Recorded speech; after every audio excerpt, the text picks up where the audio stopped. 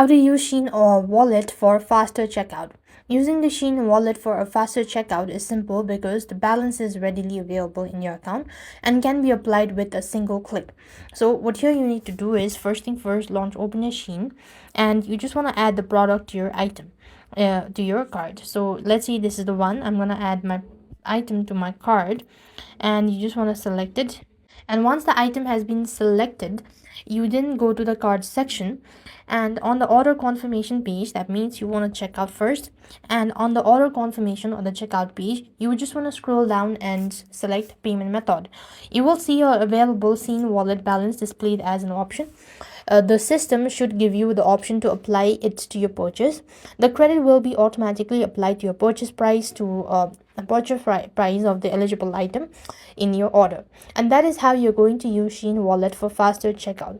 I hope the video was helpful. Make sure to like, share, and subscribe. Thank you for watching. See you in the next video.